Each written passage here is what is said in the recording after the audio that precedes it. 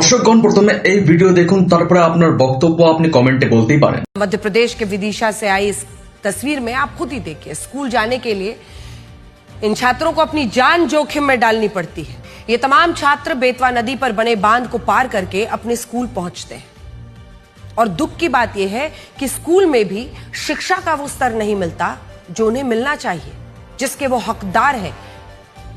आज हम यही कहेंगे कि अगर मध्य प्रदेश के मुख्यमंत्री मोहन यादव इन तस्वीरों को देख रहे हैं तो वो इन बच्चों के संघर्ष को समझे, ये समझे कि ऐसे न जाने कितने छात्रों को आज स्कूल जाने के लिए अपनी जान को जोखिम में डालना पड़ रहा है। और ये हमारी जेन जी के बाद जेन अल्फा पीढ़ी है जिसे भारत का भविष्य कहा जाता है। लेकिन इस पीढ़ी को हमने कैसी व्यवस्था दी है उसकी तस्वीरें सबके सामने है। अब मध्य प्रदेश के सागर से आई इन तस्वीरों को देखिए, जहां कोपरा नदी पर बना कच्चा पुल ध्वस्त हो गया और अब वहां इन स्कूली छात्राओं को अपनी जान हथेली पर लेकर स्कूल जाना पड़ रहा है। और सागर भी मध्य प्रदेश में ही आता है जहां बीजेपी की सरकार है, मोहन यादव मुख्यमंत्री है। कई बार कुछ लोग पूछते हैं कि छात्रों में अचानक ये गुस्सा कहां से आया, ये क्या हो गया, तो उसका कारण ये तस्वीरें हैं। তো এই হচ্ছে আজ তাক টিভির বক্তব্যকারী এক সাংবাদিক মহিলা, যাকে আমরা আগের খান স্যারের মামলায় দেখেছি, যেখানে ইনি খান স্যার এবং যেসব টিউশন টিচার আছে তাদেরকে ইনি ক্রিটিসাইজ করছিলেন। তো সেখান থেকে বলছিল যে ইনি সরকারের কাছে বিক্রি হয়ে গেছেন, ইনার চ্যানেল সরকারের কাছে বিক্রি হয়ে গেছে।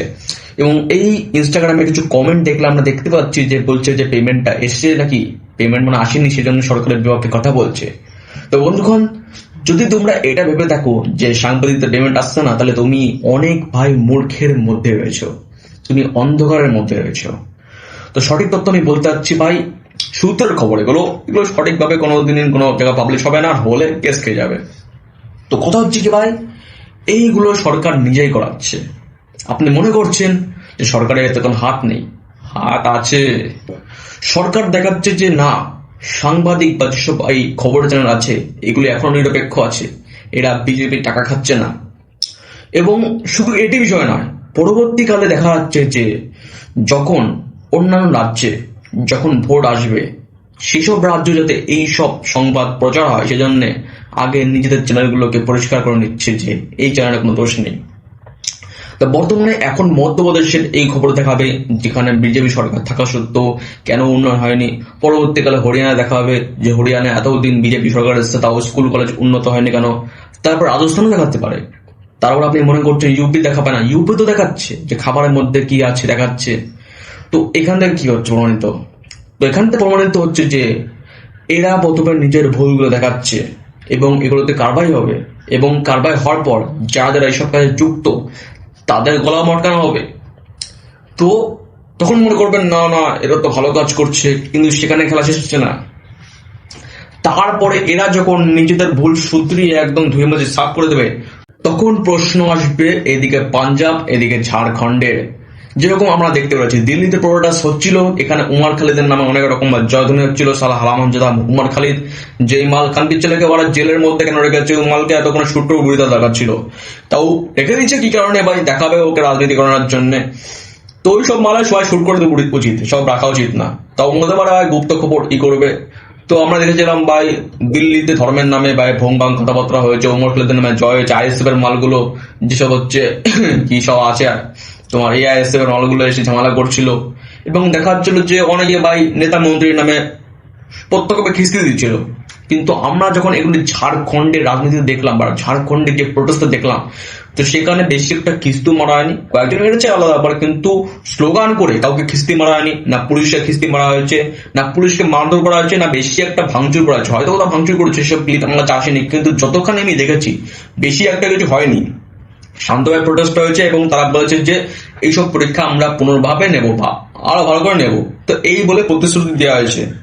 তো পরবর্তীকালে দেখতে পাবো যে যখন এরা নিজেদের ভুল ধরে সাফ করতে শুরু করবে এবং অ্যারেস্ট করতে শুরু করবে, পরবর্তীকালে এইসব বা ঝাড়খণ্ড হরিয়ানা তো জিতে গেছে, ঝাড়খণ্ড এদিকে দেখা যাচ্ছে পাঞ্জাব, এদিকে দেখা যাচ্ছে কেরল কর্ণাটক, এগুলো নিয়ে প্রশ্ন উঠাবে এবং সেখানকার স্কুল কলেজ রাস্তায় দেখাবে। এবং যখনই সেখানে দেখা হবে সেখানে তো বিরোধীরা লাফিয়ে উঠবে যে কেন এগুলো হচ্ছে, এবং সেইখানে এই চলমান পার্টি বা রুলিং গভর্নমেন্টের বিরুদ্ধে যেসব পার্টি আছে তারা সুযোগ পেয়ে যাবে। তো এই হচ্ছে রাজনীতি। তোমরা মনে করছো পেমেন্ট আসছে না, সরকার এগুলো করাচ্ছে যে প্রথমে নিজের ভুলগুলো ধরে সাফ করব, পরবর্তীকালে এদের পিছন টাইট করে দেবো। তো এগুলো সরকারের নীতি ভাই, রাজনীতি শেখো। চাণক্য বলেছে যে কোনো শত্রুর যদি তাকে একদম শূন্যভাবে শেষ করতে হয়, তাহলে ওই শত্রু এবং তোমার মধ্যে যেসব ভুলগুলি আছে সেগুলি আগে দেখো এবং নিজের ভুলগুলো আগে পরিষ্কার করো, যে আমার ভুলগুলো কোনগুলো। যখন তুমি নিজের ভুলগুলো পরিষ্কার ফেলবা, তখন তুমি পয়েন্ট পেয়ে যাবা যে অমুক মাল চুতিয়া, তখন তুমি ওর পিছন মেরে শার্ট করতে পারবা। সেজন্য আগে নিজের ভুলগুলো দেখো। যতক্ষণ তুমি নিজের ভুল শুধরাবে না, ততক্ষণ অন্য কারোর পিছনে বাঁধতে পারবে না। তো এই হচ্ছে রাজনীতি। সেজন্য ভাই আমি এমন মাইন্ড গেম খেলি, কাউকে যদি কোনো প্রশ্ন করতে হয় বা কাউকে কোনো একটি সে অন্যায় করেছে সেই বিষয়ে তাকে জিজ্ঞাসাবাদ করতে হয়, প্রথমে নিজের অন্যায়টা বলে সাফ করে নি, আর নিজের অন্যায়টা ক্ষমা চেয়ে সাফ করে নি। যখন আমি নিজে সাফ হয়ে যাচ্ছি, পরবর্তীকালে আমি যখন তাকে প্রশ্ন করব, সে তখন ভাই ওরকম হয়তো হেরে যাবে, নাহলে সে ব্যতিক্রমে আমাকে উল্টো প্রশ্ন করতে পারবে না। তো এই হচ্ছে এগুলো খেল। তো এগুলো শেখো।